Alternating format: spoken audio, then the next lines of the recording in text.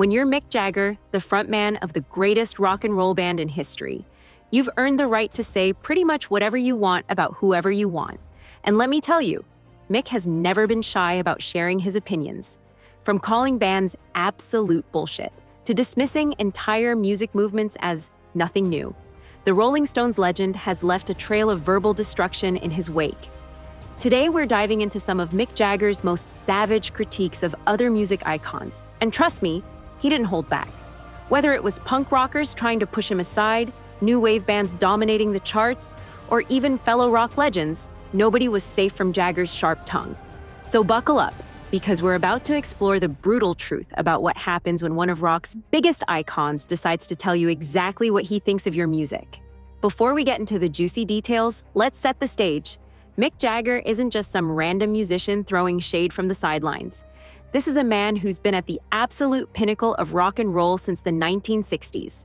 Born in Dartford, Kent, in 1943, Jagger met Keith Richards on a train platform, and the rest became music history. The Rolling Stones emerged alongside the Beatles and quickly established themselves as the bad boys of rock, the counterculture rebels who made parents nervous and teenagers go wild.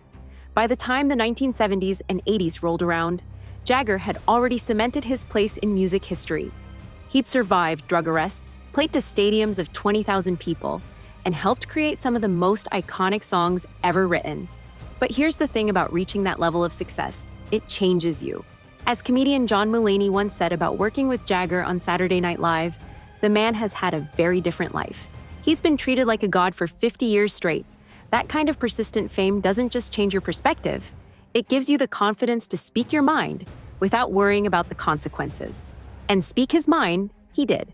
Unlike his bandmate Keith Richards, who became notorious for his feuds and harsh criticisms, Jagger had generally been seen as the more diplomatic one. But don't let that fool you. When Mick decided someone's music wasn't up to par, he let the world know in no uncertain terms. Let's start with one of Jagger's most brutal takedowns: Aerosmith. In a 1977 interview, right when Aerosmith was riding high on the success of their breakthrough album, Toys in the Attic, Jagger unleashed a verbal assault that still stings decades later. "Oh God, Aerosmith," he said with pure contempt. "They're just rubbish, absolute bullshit." Now, what made this especially harsh was the reasoning behind it. Jagger took serious issue with the comparisons people were making between Steven Tyler and himself. Both were energetic, enigmatic frontmen with unique stage presence and body language.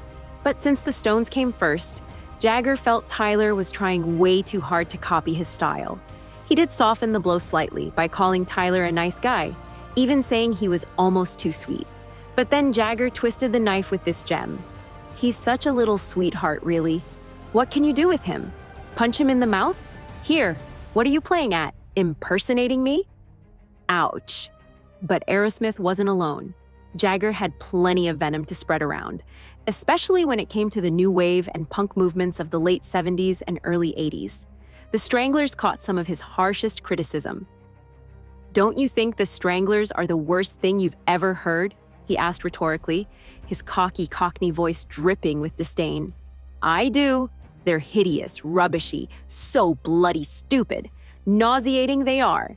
Then there was Spandau Ballet, one of the biggest new wave acts of the early 80s. When the Rolling Stones were trying to navigate the changing music landscape and compete with bands like Duran Duran dominating the charts, Jagger made it crystal clear he had no interest in following in Spandau Ballet's footsteps. He dismissed them as offering nothing original, saying their sound had all been done years before. He even threw Duran Duran a backhanded compliment, admitting they'd made one or two good records, but making it clear he thought most of these new wave acts were just recycling old ideas with a fresh coat of paint. The Sex Pistols, arguably the most famous punk band of all time, also found themselves in Jagger's crosshairs. But this feud was personal. When punk exploded in the mid-70s, Johnny Rotten and the punk movement made it their mission to label Jagger and his generation as dinosaurs. Rotten even suggested the Stones should retire and get out of the way for the new cool crowd. Naturally, Jagger didn't take kindly to being called a has-been. He fired back, saying that no matter what Johnny Rotten and Sid Vicious did, they couldn't be more disgusting than the Rolling Stones in an orgy of biting. He did admit that Sid Vicious was basically a nice guy, but he couldn't resist adding that Johnny Rotten kept talking bad about him. Even The Clash, who many considered one of the more legitimate and talented punk bands, didn't escape Jagger's criticism. Initially, he seemed intrigued by the punk movement, but as the years wore on and the scene became repetitive, his interest faded. He called The Clash boring, saying he didn't feel connected to bands that played every night and just repeated everything that had happened before. He even had the audacity to claim that most musicians agreed with him. The New York Dolls got dismissed for not being punk enough. Jagger said they had the glam look, but didn't really play that kind of music. Herman's Hermits, who were once bigger than the Stones in the 60s, were another target simply because Jagger was sick of being compared to every band that popped up in the Beatles' wake. So how did the music world react to all this?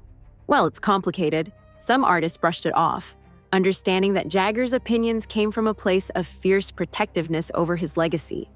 Others weren't so forgiving. The punk rockers, already positioned as anti-establishment rebels, wore Jagger's criticism almost as a badge of honor.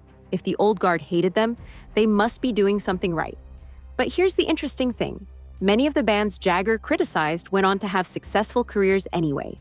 Aerosmith became one of the biggest rock bands in America. The Sex Pistols changed music forever, despite their brief career. Duran Duran became global superstars. Spandau Ballet helped define an entire era of 80s music. Jagger's opinions, as influential as he was, didn't derail any careers. What it did do, however, was solidify Jagger's reputation as someone who wasn't afraid to speak his mind. In an industry full of carefully crafted public personas and diplomatic non-answers, Jagger's honesty was refreshing to some and offensive to others. It showed that even at the top of the music world, insecurities and competitive feelings still existed. Jagger wasn't just critiquing music, he was defending his territory, protecting his legacy, and making sure everyone knew that just because new bands were getting attention didn't mean they were actually doing anything revolutionary. Some critics have suggested that Jagger's harsh words came from a place of fear that the times were slipping away from the British invasion legends, that younger audiences might forget about the Stones in favor of these newer, flashier acts. Whether that's true or not, one thing is certain: Mick Jagger was never going to go quietly into the night. Despite all the controversy and criticism, or perhaps because of it, Mick Jagger's legacy remains untouchable. The Rolling Stones are still touring in 2025, decades after Jagger once joked he'd rather die than sing Satisfaction at 45. He's now in his 80s, still strutting across stages, still commanding audiences with the same energy that made him famous 6 decades ago.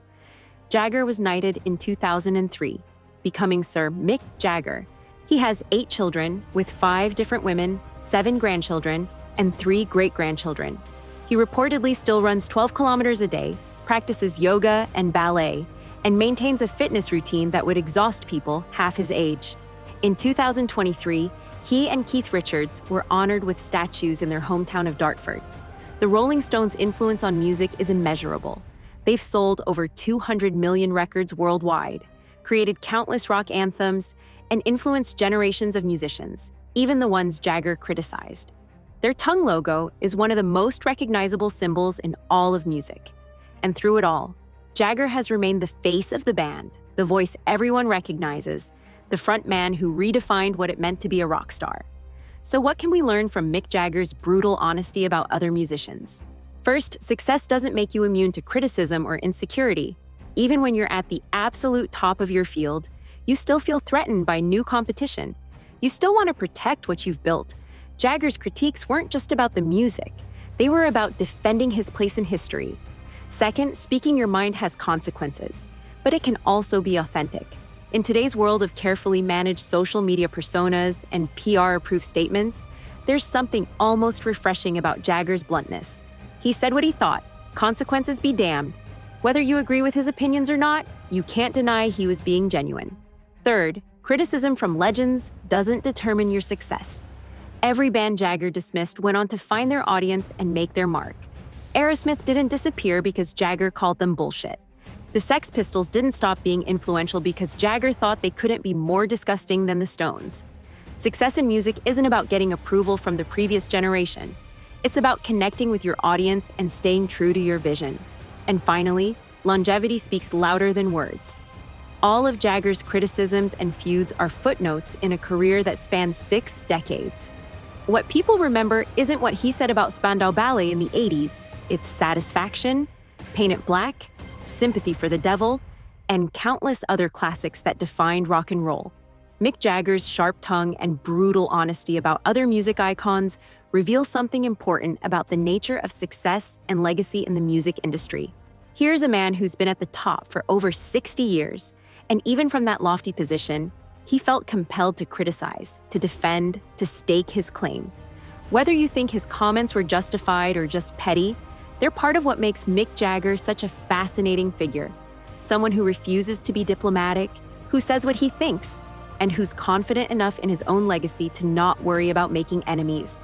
The Rolling Stones are still standing, still touring, still relevant, and Mick Jagger, at over 80 years old, is still the frontman, still commanding stages, still proving that whatever he said about other bands, nobody can deny his own incredible achievement. So what do you think? Was Mick Jagger right to criticize these other bands, or was he just being bitter about new competition? Do you think his comments came from a place of genuine artistic critique or just ego and insecurity? And most importantly, which of his takedowns do you think was the most savage? Drop your thoughts in the comments below, and let's discuss whether the king of rock and roll had the right to throw all these stones. Thanks for watching, and I'll see you in the next video.